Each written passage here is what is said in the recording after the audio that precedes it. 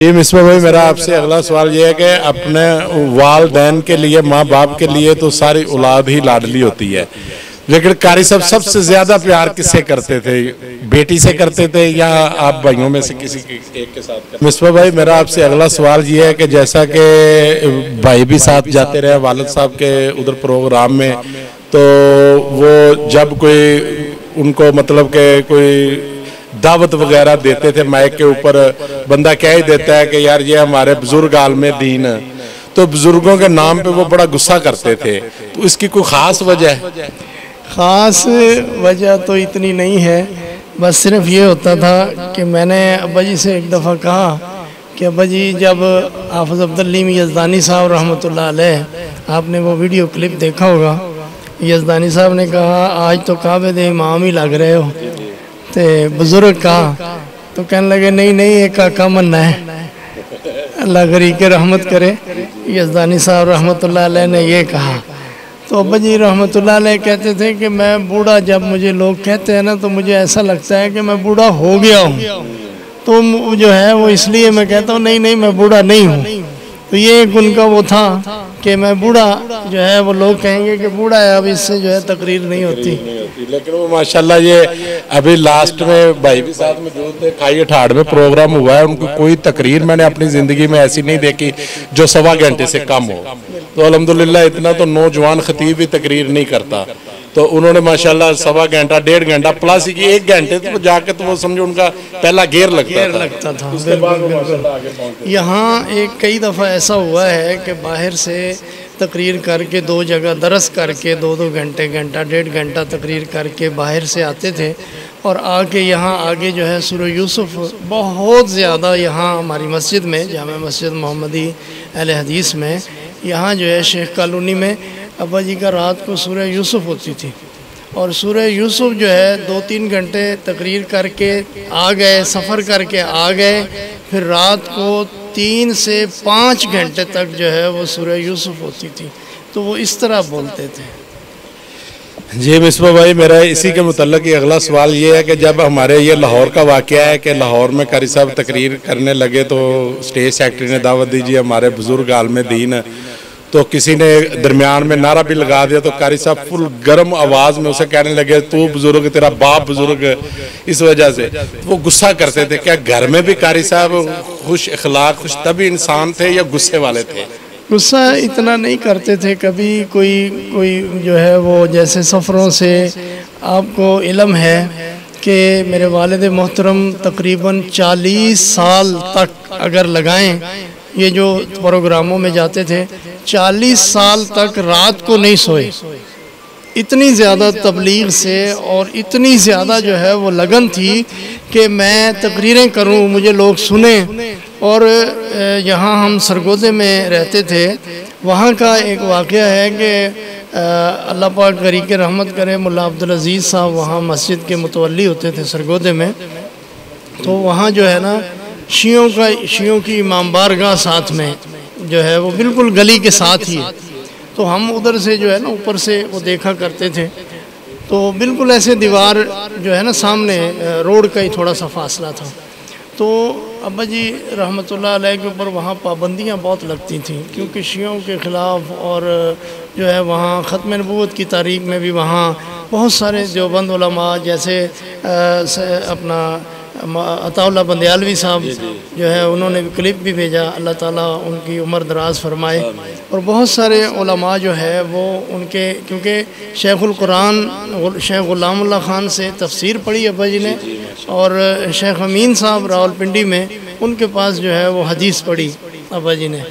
तो वहाँ से जो है ये सारा सिलसिला जो है, जब सरगोदे में, तो मुल्ला अब्दुल अज़ीज़ साहब कहते थे कि आप जो है बोलें, मैं आपके पीछे हूँ, मसला आप जो है आपको कोई पकड़ के ले जाएगा, मैं आऊँगा आपको छुड़ाने के लिए।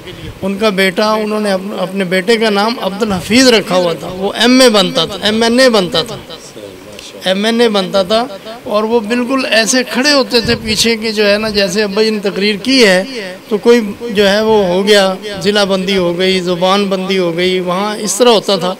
अब भी सरगोदा में ऐसा ही होता था, ज़िला बंदी करते थे, ज़ुबान बंदी करते थे, क्या कुछ होता था, मगर फिर भी जो है वहाँ ले जाते थे। और मियाँ साहब जो अपना मुल्ला अब्दुल अजीज़ साहब थे, वो जो है वो अब्बा जी के साथ ऐसे करते थे कि कई दफ़ा जो है वो जेल में जाने ही नहीं देते थे, वहीं से जो है वो किधर और ले जाते थे। तो इंतज़ामिया जो है वो मसाजिद की आजकल जिस तरह आपको पता ही है कि किस तरह है इंतज़ामिया, पीछे वो कहते हैं पकड़ा जाएगा तो मौलवी पकड़ा जाएगा, हमें क्या है। तो वो लोग थे जिन्होंने अब्बा जी को ख़तीब बनाया और मशहूर ख़तीब बनाया। जी भाईजान, मेरा आपसे अगला सवाल ये है कि कारी साहब की ज़िंदगी का कोई ऐसा वाक़या जो आप सारी ज़िंदगी भूल ना सके, चाहे वो सफ़र का हो या घर का हो, कोई ऐसा वाक़या हमें बताएं जो आपको सारी ज़िंदगी भूल ना सके। वैसे तो माशाल्लाह उनकी सारी ज़िंदगी जो है वो दीन के लिए सारे वाक़या ही वाक़यात हैं, लेकिन कोई अपना प्यार मोहब्बत या आपस में कुछ ऐसा जो वो करके जा चुके हों जो आप बिल्कुल आपकी आंखों के सामने आता हो तो आपको महसूस होता हो? बहुत सारी चीज़ें हैं, बहुत सारी अब्बा जी की बातें हैं जो बहुत याद आती हैं। मैं एक वाक़या अब्बा जी का जो अल्लामा साहब रहमतुल्लाह अलैह के हवाले से आपको सुनाता हूँ कि अब्बा जी ने तकरीर की सरगोदा में, जुम्मा पढ़ाया और शियाओं के ख़िलाफ़ बड़ी तकरीर की। वहाँ उस वक़्त डीएसपी होता था एक, वो शिया था, उसने अब्बा जी की तकरीर सारी खड़े होकर सुनी और वो जो है अब्बा जी रहमतुल्लाह अलैह ने सख्त तकरीर, जिस तरह उस वक़्त तकरीरें होती थी आवाम भी सुनती थी, अब जो है तकरीर हो गई तो उसने वो तकरीर जो है अब्बा जी की रिकॉर्ड डीएसपी ने ली और अब्बा जी के ऊपर केस किया अपनी मुद्दईयत में और अब्बा जी को गिरफ़्तार करवा दिया। जब गिरफ़्तार हो गए तो अब्बा जी कहने लगे कि वो डीएसपी जो है वो अब्बा जी के सामने आके कहने लगा कि कारी मैं तुझे छोड़ूंगा नहीं, तेरे इस केस का मुद्दई मैं हूँ। चैलेंज किया। तो अल्लामा साहब रहमतुल्लाह अलैह तक खबर पहुँची कि नया नया उस वक़्त ज़माना था, तो अल्लामा साहब रहमतुल्लाह अलैह तक खबर गई कि जो है वो कारी साहब को इस तरह जो है वो चैलेंज किया है और बंद कर दिया है। तो अल्लामा साहब रहमतुल्लाह अलैह ने लाहौर से कागज़ भेजे, वकालतनामा भेजा कि मैं कारी साहब का केस लड़ूंगा। तो अल्लामा एहसान इलाही ज़हीर रहमतुल्लाह अलैह उन्होंने आके फिर अब्बा जी का, जब अब्बा जी कहने लगे कि मेरे पास आए साइन करवाने के लिए कि मैं आपका वकील हूँ और आप जो है ना वो यहाँ साइन कर दें, अब्बा जी कहने लगे मैंने देखा ये लड़का सा है, पता नहीं क्या बनेगा मेरे साथ, तो वो तो डीएसपी है, ये वकील जो है मेरा मुझे समझ नहीं आया, मैंने तो पहले देखा ही नहीं है कभी। मगर अल्लामा साहब रहमतुल्लाह अलैह ने केस लड़ा और केस जीता। जीतने के बाद फिर अब्बा जी रहमतुल्लाह अलैह को जो है वो निकाल के बाहर, और उस वक़्त जंग और नवाए वक्त दो अखबार चलते थे, उनके ऊपर अल्लामा साहब रहमतुल्लाह अलैह ने मोटी सुर्खी में ये ख़बर लगवाई, जो मेन हेडलाइन जो उसकी है उसके ऊपर जो है अब्बा जी ने ख़बर लगवा, उन्होंने अल्लामा साहब ने ख़बर लगवाई कि कारी अब्दुल हफीज़ जीत गया, डीएसपी उसका नाम मुझे याद नहीं है, ये हार गया। चैलेंज का जवाब मुंह तोड़ जवाब दिया अल्लामा साहब रहमतुल्लाह अलैह ने। पहले अल्लामा साहब से कोई मुलाकात वगैरह कोई नहीं, कोई ऐसा नहीं था, कोई नहीं, उस उधर ही हुआ जेल से। जी मिसबा भाई, मेरा आपसे अगला सवाल ये है कि अपने वालिदैन के लिए, माँ बाप के लिए तो सारी औलाद ही लाडली होती है, लेकिन कारी साहब सबसे ज्यादा प्यार किससे करते थे? बेटी से करते थे या आप भाइयों में से किसी एक के साथ करते थे? अब्बा जी रहमतुल्लाह अलैह सबसे प्यार करते थे, मगर बाज़ दफ़ा ऐसा होता था कि हम आते थे तो कहते थे कि ये सुहैब जो है ये मेरा बेटा है, ये मेरा हीरा है। हम सब से जो है ना वो इस तरह कहते थे। ज़ाहिर है वो उम्र में छोटे होंगे, आप बड़े हो गए होंगे, तो छोटा बेटा तो वैसे भी लाडला ही होता है। हमारे साथ बैठे हुए हम सबसे इस तरह, यानी प्यार तो सबसे ही करते थे, मगर हमें ये कहा करते थे। जी कारी साहब, मेरा आपसे अगला सवाल यह है कि कारी साहब की ज़िंदगी की आखिरी ख्वाहिश है जो अभी तक पूरी ना हुई हो, करना चाहते हो, किसी मस्जिद के हवाले से, किसी मदरसे के हवाले से या किसी और हवाले से, उनकी कोई ख्वाहिश हो जो अभी तक पूरी ना हुई हो? मैं तो ये समझता हूँ कि उन्होंने जो है वो तबलीग का और मदारिस मसाजिद के हिसाब से उन्होंने अपना हक़ अदा किया, और ख्वाहिश उनकी ये थी कि मेरे सामने मेरे बच्चे तकरीर करें, और अल्हम्दुलिल्लाह मुदस्सर ने और मुफ्ती साहब ने, मैंने तो उनके सामने बहुत कम तकरीर की है कि मेरे वालिद मोहतरम का कई दफ़ा ऐसा होता था कि वो कहते थे कि जुम्मा पढ़ाओ, वो कहते थे जुम्मा पढ़ाओ, मैं जुम्मा पढ़ाता था तो वो आ जाते थे तो मैं आगे लफ्ज़ नहीं बोलता था। एक मेरा अपना वो था, मगर मुफ्ती साहब ने और मुदस्सर ने अब्बा जी के सामने तकरीरें की हैं, मैंने की है, मगर थोड़ी बहुत अब्बा जी के सामने मेरी हिम्मत नहीं होती थी। जी नाज़रीन, माशाल्लाह आपने सुने सवाल। अब मैं दोबारा फिर कारी साहब के दूसरे बेटे की तरफ आता हूँ। कारी साहब मुझे ये बताएं कि कारी अब्दुल हफीज़ साहब फैसलाबादी रहमतुल्लाह अलैह, उनके शागिर्दों में से ख़ास शागिर्द कौन था? वालिद साहब के काफ़ी सारे शागिर्द हैं। वालिद साहब की नकल उतारते हैं, तर्ज उतारते हैं, बड़े अच्छे ख़तीब भी हैं। लड़के ही नहीं हैं बल्कि बच्चियां भी हैं, लड़कियां भी माशाल्लाह आलमा फाजला उनकी तर्ज के अंदर तकरीर करती हैं, और बड़ी बड़ी खतीबा हैं, बड़ी बड़ी मुकर्ररा हैं। तो वालिद साहब खुश होते थे तकरीर सुन के, हौसला अफजाई करते थे, शागिर्दों को थपकी मारते थे, टाइम देते थे। जिस तरह नात खानों को बड़ी उन पर शफकतें करते थे, यार टाइम तो बसा का तो ऐसे होता था जलसों वाले टाइम ही नहीं देते थे, तो वालिद साहब गुस्से हो जाते थे, यार इनको टाइम क्यों नहीं देते हो, ये मेरे साथ नात खां आया है। फिर इसके अलावा नात खानों की खिदमत भी करवाते थे। इसी तरह शागिर्दों को भी ऐसे तैयार किया। तो शागिर्द माशाल्लाह बड़े अच्छे हैं, बड़ा उन्होंने नाम रोशन किया हुआ है। तो कारी यकूब साहब हैं, इसी तरह और भी शागिर्द हैं। एक हमारा मदर सलीम ख्यालवी है, वो भी बड़ी अच्छी तकरीर करता है, और दीगर शागिर्द हैं। तो अल्हम्दुलिल्लाह वालिद साहब का नाम उन्होंने रोशन किया हुआ है। हम उनसे अच्छी उम्मीद रखते हैं कि वो इंशाअल्लाह इसी तरह वालिद साहब का नाम रोशन रखेंगे। जी भाईजान, मेरा आपसे एक सेकंड लास्ट सवाल है। वैसे सवाल लिस्ट में तो आखिरी सवाल है, लेकिन सवालों में से सवाल एक और निकला है, वो आपको एंड पे पूछेंगे। उससे पहले मुझे ये बताएं कि 23 मार्च को लाहौर में बम धमाका हुआ, जिसमें अल्लामा एहसान लाई ज़हीर शहीद रहमतुल्लाह अलैह, हबीबुर्रहमान यज़दानी शहीद रहमतुल्लाह अलैह, उन्होंने शहीद हुए।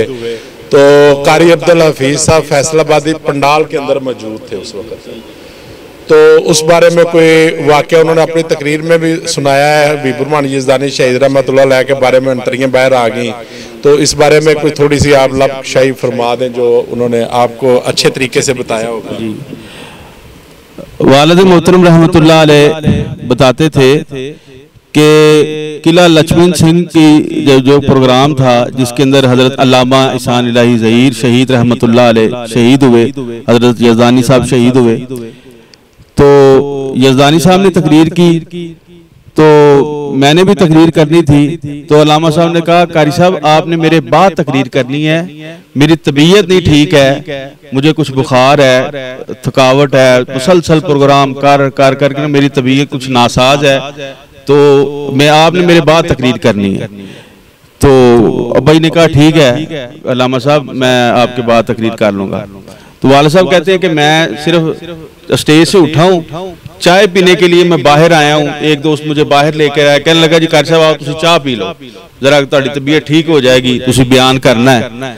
तो अल्लामा साहब ने कहा था मैं सिर्फ 10-15 मिनट ही तकरीर करनी है, मैंने लंबी आज तकरीर नहीं करनी।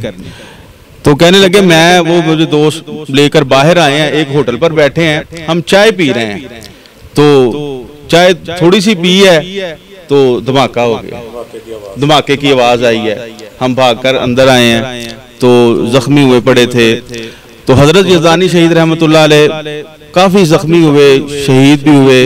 तो हजरत मौलाना हबीबुर्रहमान यज़दानी शहीद रहमतुल्लाह अलैह की अंतड़ियां बाहर पड़ी हुई थी, तो मैंने उनको उठा के इकट्ठा करके पेट के अंदर किया, बिल्कुल इसी तरह ही। मेरा कहते हौसला नहीं पड़ता था, तो जिस वक्त ये वाकया बयान करते थे अक्सर रोने लग पड़ते थे। अल्लामा साहब के साथ बड़ी रफाकत थी, हजरत यज़दानी साहब के साथ बड़ी रफाकत थी, उलमा के दोस्त थे, उलमा के साथ खुश मिजाजी से पेश आते, मोहब्बत मजाक भी करते थे। गुस्सा ही नहीं बल्कि मोहब्बत से पेश आते थे और उलमा को डांट भी लेते थे जो उनसे कम उम्र में थे। तो उलमा भी आगे से कुछ नहीं कहते थे, आप कहते थे आप हमारे रूहानी बाप हैं, आप हमारे बड़े हैं, आप हमारे बड़े उलमा में से हैं। तो वो भी ऐसे इज्जत करते थे, एहतराम करते थे।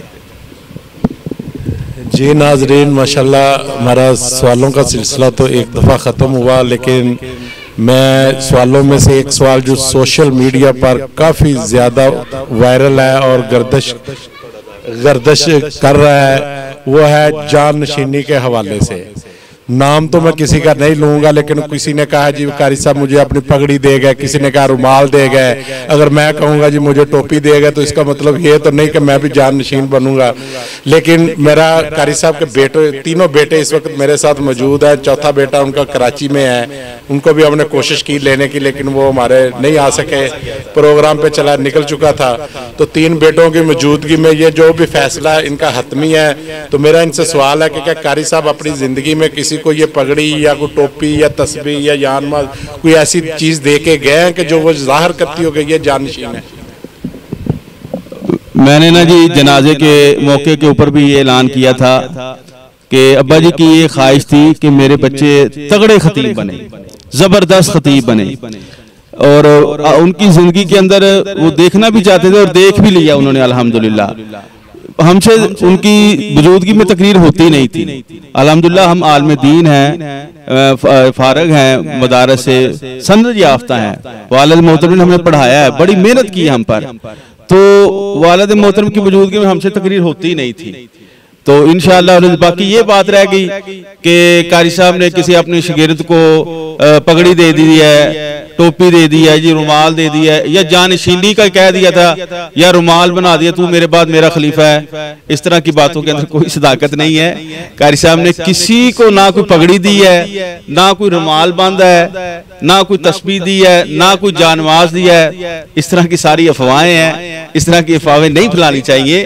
कारी साहब के हम हकीकी जानशीन हैं, अल्हम्दुलिल्लाह मौजूद हैं। इंशाअल्लाह बढ़ चढ़ कर दिन रात एक कर देंगे। इंशाअल्लाह अवाम उन्नास को, बुजुर्गों के चाहने वालों को हम मायूस नहीं करेंगे।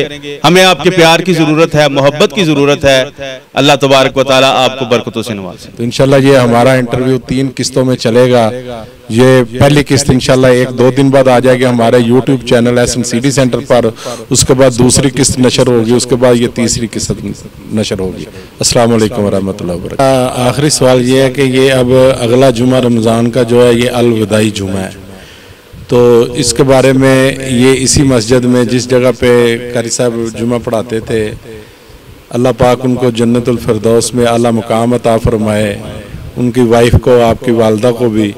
तो ये इस जुमे का कौन से आलम दीन जुमा पढ़ाएंगे ये वाला, और क्या अभी तक कोई ऐसा इंतज़ाम हो गया, कोई फैसला हो गया है कि कारी साहब की जगह कौन जुमा पढ़ाएगा?